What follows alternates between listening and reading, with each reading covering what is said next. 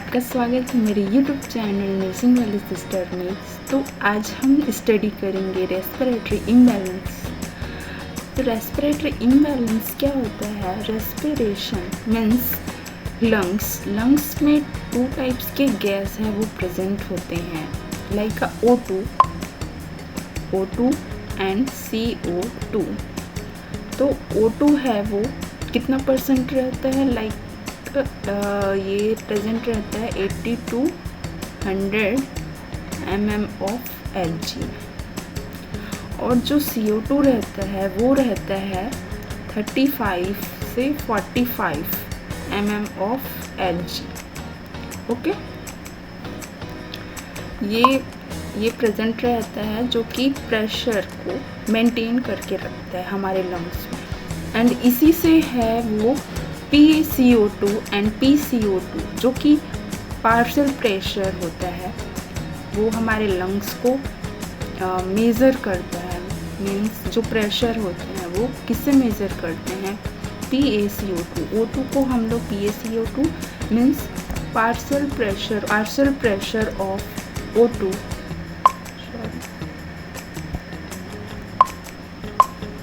Means partial pressure of oxygen measured oxygen dissolved in artery blood।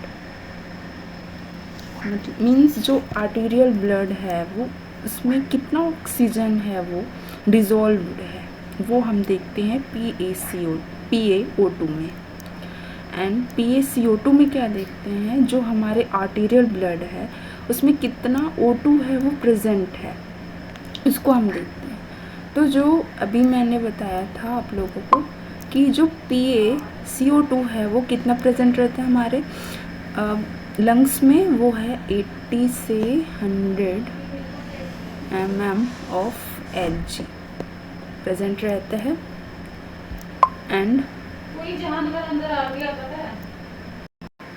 And जो PaCO2 रहता है वो 35 to 45 mm of Hg present होता है। एंड देन हम देखते हैं नॉर्मल ABG वैल्यू कितना रहता है।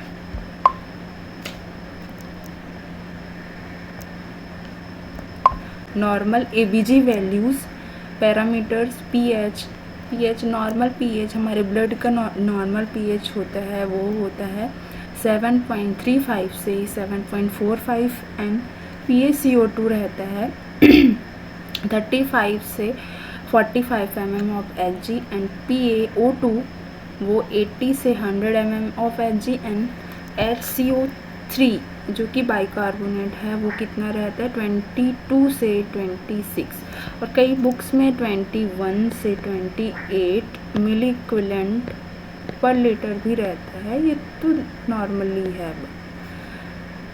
एंड SpO2 है वो 95 से 100 हम देखते हैं। SpO2 का मतलब क्या होता है? जो हमारे ब्लड में ऑक्सीजन कितना अमाउंट तक घुला हुआ है वो इसमें देखा जाता है। ओके, तो इतना समझ आया। एंड देन अब हम देखते हैं carbonic acid formation.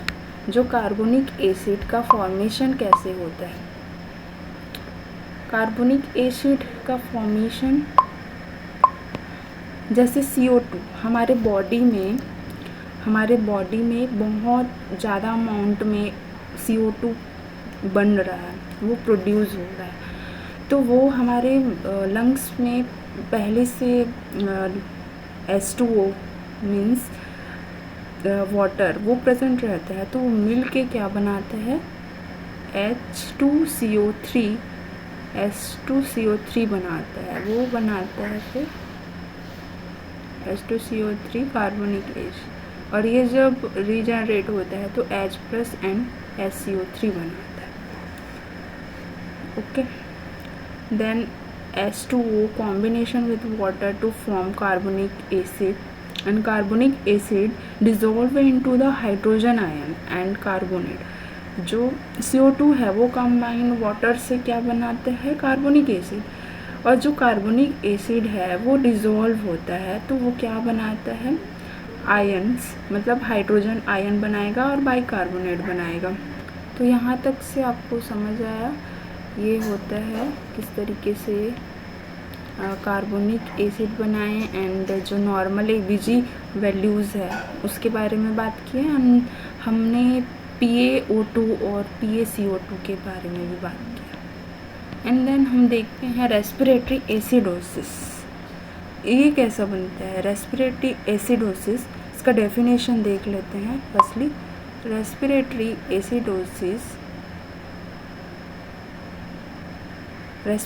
acidosis occur when PaCO2 partial pressure of carbon dioxide increase 45 mm of Hg। जो कार्बन डाइऑक्साइड ज़्यादा बनेगा तो मतलब कि कार्बोनिक एसिड बनेगा ना हमारे बॉडी में, तो PaCO2 partial pressure of carbon dioxide more than बनेगा तो कार्बोनिक एसिड बनेगा, जिससे कि हाइपो वेंटिलेशन होगा, मतलब कि उसको ऑक्सीजन की रिक्वायरमेंट ज़्यादा होगी, causing the blood pH to decrease. और जैसे कि जिस कारण से जो ब्लड का pH है वो 7.35 से बिलो जाएगा। इसका जो कॉजेज़ है वो क्या क्या हो सकता है, जैसे COPD हो जाएगा, COPD हो सकता है, अस्थमा, COPD अस्थमा है, निमोनिया है, एयरवे एंड ऑब्स्ट्रक्शन है, एंड ड्रग ओवरडोज की वजह से भी हो सकते हैं, ओपियोइड्स एंड सेडेटिव्स ले रहे हैं, रेस्पिरेटरी मसल्स वीकनेस इसके वजह से भी। तो इसमें से आप देख सकते हो ABG फाइंडिंग क्या है। pH है वो 7.35 से बिलो जाएगा, एंड PaCO2 है वो 45 mm ऑफ Hg से मोर देन जाएगा, एंड जो कार्बोनिक एसिड होता है मतलब बाइकार्बोनेट है वो नॉर्मल और इंक्रीज इफ़ कंपनसेटेड। मीन्स अगर जो बाइकार्बोनेट है वो नॉर्मल है अपने में और वो इंक्रीज़ हो रहा है तो वो कंपनसेट करेगा, उसको हम आगे डील करेंगे। अभी हम देखते हैं साइन एंड सिम्टम्स। तो अगर रेस्पिरेटरी एसिडोसिस है तो क्या साइन एंड सिम्टम्स होगा, जैसे हेडेक हो रहा है, एंड कन्फ्यूज़न, ड्रोजीनीज, डिस्पनिया, साइनोसिस और इंक्रीज हार्ट रेट। तो हेडेक होगा, कन्फ्यूज़न मीन्स जो लंग्स मीन्स ऑक्सीजन का कमी हो रहा है, तो कन्फ्यूज़न मतलब कि जो सेल्स में ऑक्सीजन नहीं जा पा रहा है तो कन्फ्यूज़न होगा, ड्रोजीनेस इसकी वजह से, एंड डिस्पनिया मतलब सांस लेने में परेशानी हो रहा है, साइनोसिस मीन्स जो सेल्स में ऑक्सीजन जा ही नहीं रहा है तो उस सेल्स है वो ब्लूइश कलरेशन दिखाई देगा, इंक्रीज हार्ट रेट जिससे कि कंपनसेट करेगा हमारा जो हार्ट है वो, जिससे कि हार्ट रेट है वो इंक्रीज़ होगा। एंड देन अगर इसका मैनेजमेंट देखते हैं, means nursing management, we are a nurse so we manage our patient, so firstly maintain airway. तो जैसे रेस्पिरेटरी एसिडोसिस होता है तो उसमें हम firstly airway management means O2 provide करेंगे, and administer oxygen as per prescribed. जितने अमाउंट में हमें ऑक्सीजन एडमिनिस्टर के लिए प्रिस्क्राइब किया गया है उतने अमाउंट हम प्रिस्क्राइब करेंगे, and encourage deep breathing. And हमने पढ़ा है कि जो पेशेंट है उसके में ऑक्सीजन की कमी हो रहा है तो हम उसको डीप ब्रीथिंग के लिए बोलेंगे, जिससे ऑक्सीजन उसके में ज़्यादा से ज़्यादा मिल सके। And monitoring ABG value, arterial blood gas, and treat the underline causes means जो कॉज जो हमने देखा कॉजेस मीन्स जो सिम्टमेटिक कॉजेज सिम्टम्स को मैनेज करेंगे, एंड कॉजेस को से हम उसका ट्रीटमेंट स्टार्ट करेंगे। सो आशा है कि आपको समझ आया होगा। आज का टॉपिक था रेस्पिरेटरी इम्बैलेंस। तो आगे इस तरीके के वीडियो के लिए आप मेरे चैनल को लाइक शेयर सब्सक्राइब करें। Thank you guys.